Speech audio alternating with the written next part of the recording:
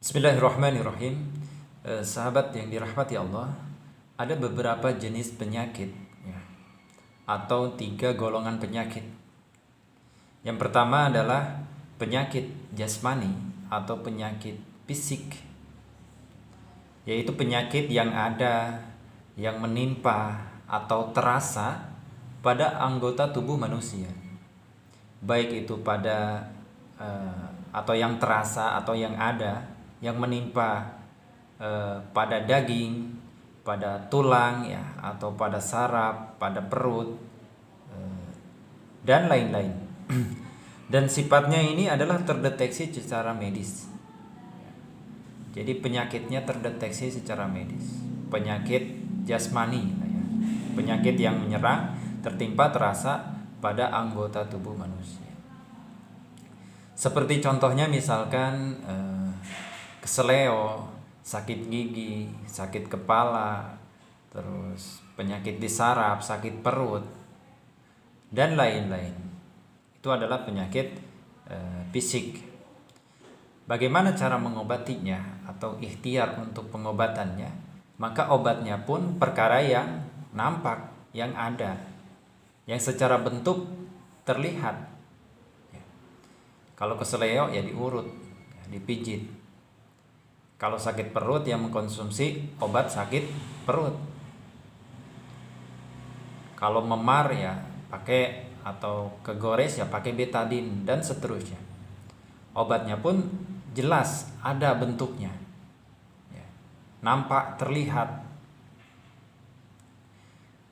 Dan ketika kita menemukan obat yang tepat, sebagaimana Rasulullah SAW jelaskan, likulli da'in dawa'un, fa idza usibud dawa'ud da'i baro'a biiznillahi azza wa jalla. Setiap penyakit itu ada obatnya. Ketika seseorang menemukan obat yang tepat, yang cocok, yang manjur, maka dia akan sembuh atas izin Allah azza wa jalla. Jadi ketika menemukan obat yang tepat, maka penyakitnya akan sembuh atas izin Allah Ta'ala. Terus yang selanjutnya adalah penyakit ruhani atau psikis, perasaan, penyakit batin, penyakit jiwa. Penyakit ini terasa atau menimpa atau berada dalam hati kita, hati manusia, perasaan manusia, pikiran manusia. Maka ini tidak terdeteksi secara medis, karena adanya dalam perasaan, dalam hati, dalam qalbu.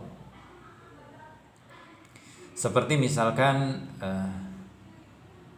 berlarut-larut dalam kesedihan, ketakutan, kekecewaan, amarah, iri dengki ya, atau juga baperan, sensitif, mudah buruk sangka, was-was, gelisah.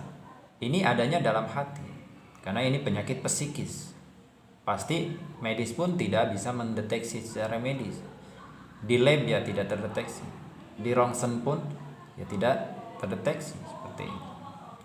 Adapun penyakit ini obatnya adalah sifat, ya, karena ini sesuatu yang tidak nampak, hanya ada dalam perasaan. Maka obatnya pun sesuatu yang tidak nampak, yaitu penyembuh, disebutlah sifat. Sifat dalam Islam itu terbagi beberapa bagian. Yang pertama adalah Al-Quran ya. Maka orang yang punya penyakit ini, penyakit psikis ini, sangat cocok ketika diterapi Al-Quran atau ruqyah syariah. Mengapa demikian?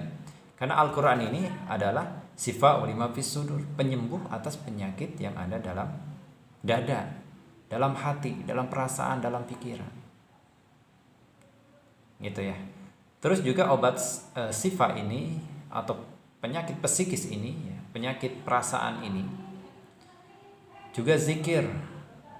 Ala bizikrillahi tatmani'ul qulub. Dengan mengingat Allah hati menjadi tenang.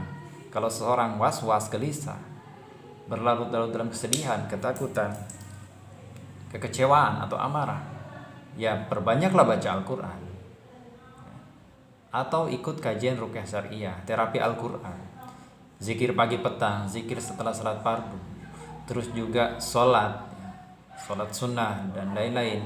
Terus juga ikut kajian ilmu, Apa tujuannya mengikut kajian ilmu? Agar dia mengetahui sifat-sifat yang buruk, sehingga mau menggantinya dengan sifat-sifat yang baik, atau tazkiyatun nufus. Tazkiyatun nufus ini kan membutuhkan ilmu, kepahaman ya. Sifat buruk bagaimana, yang baik bagaimana, sehingga dia mengganti sifat-sifat yang buruk itu. Itu ya, karena sifat ini atau penyakit psikis psikis ini, penyakit ruhani ini, penyakit perasaan hati atau kolbu ini, ya tidak bisa diobati dengan obat. Misalkan diobati dengan obat sakit kepala, ya nggak bisa ya. Paling obat penenang, dan itu pun hanya untuk menenangkan saja, tidak mengobati. Atau obat tidur karena susah tidur misalkan, karena gelisah, was-was, itu tidak mengobati, hanya sebagai penenang saja. Terus penyakit yang selanjutnya adalah penyakit psikosomatis. Penyakit psikosomatis ini gabungan dari kedua penyakit tadi. Yang pertama penyakit fisik, penyakit jasmani. Yang kedua adalah penyakit psikis atau penyakit rohani, penyakit hati atau penyakit perasaan. Adapun penyakit psikosomatis ini gabungan keduanya. Jadi penyakit jasmani, penyakit yang menyerang, tertimpa, terasa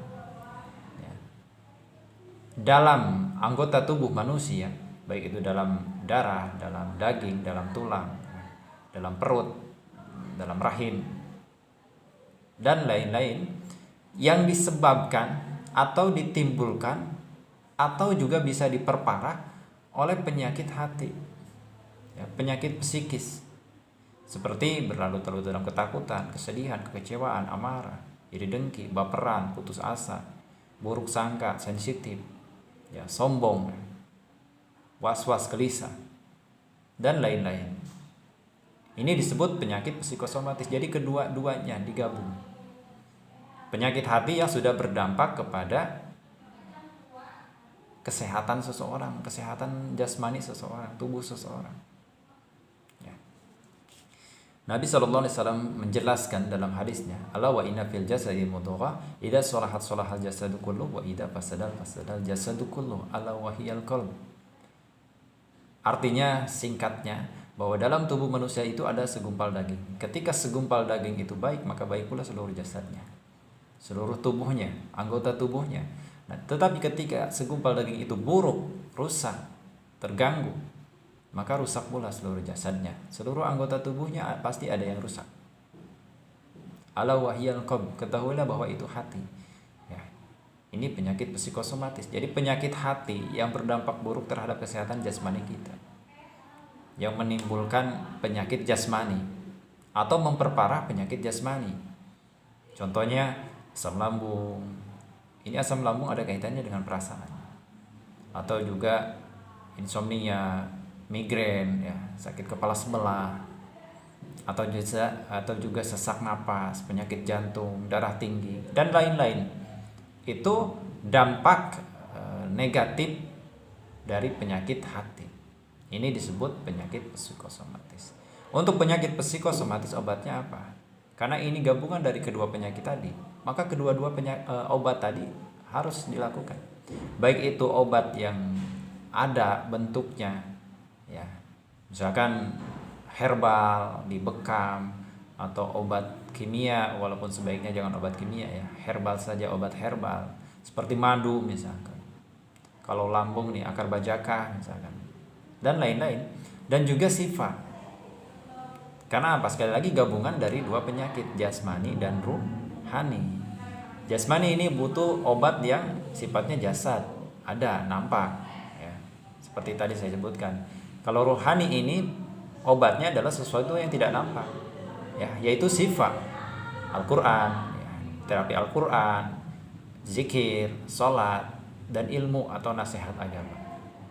Maka kedua-dua ini harus dilakukan untuk menangani penyakit psikosomatis ini. Tidak cukup hanya dengan obat saja ya, dawa saja tidak cukup ya, karena penyakit ini penyakit jasmani dan ruhani. Jadi bahkan ruhani ini yang harus dia sembuhkan ya, dalam penyakit psikosomatis ini harus diutamakan. Mengapa? Karena penyakit fisiknya ini dampak dari penyakit ruhaninya. Seperti itu. Maka ya di terapi Al-Quran, ruqyah syariah, memperbanyak membaca Al-Quran, zikir pagi petangnya, sholatnya, dan ikut kajian ilmu atau nasihat agamanya, dan lain-lain. Dan bahkan penyakit psikosomatis ini terkadang ya kebanyakan erat kaitannya dengan gangguan setan, dengan sihir, dengan gangguan jin. Dalilnya apa? Seorang yang was-was, yaitu kan dalam surat An-Nas, alladzi yuwaswisu fi sudurin nasi minal jinnati wan nas. Ya.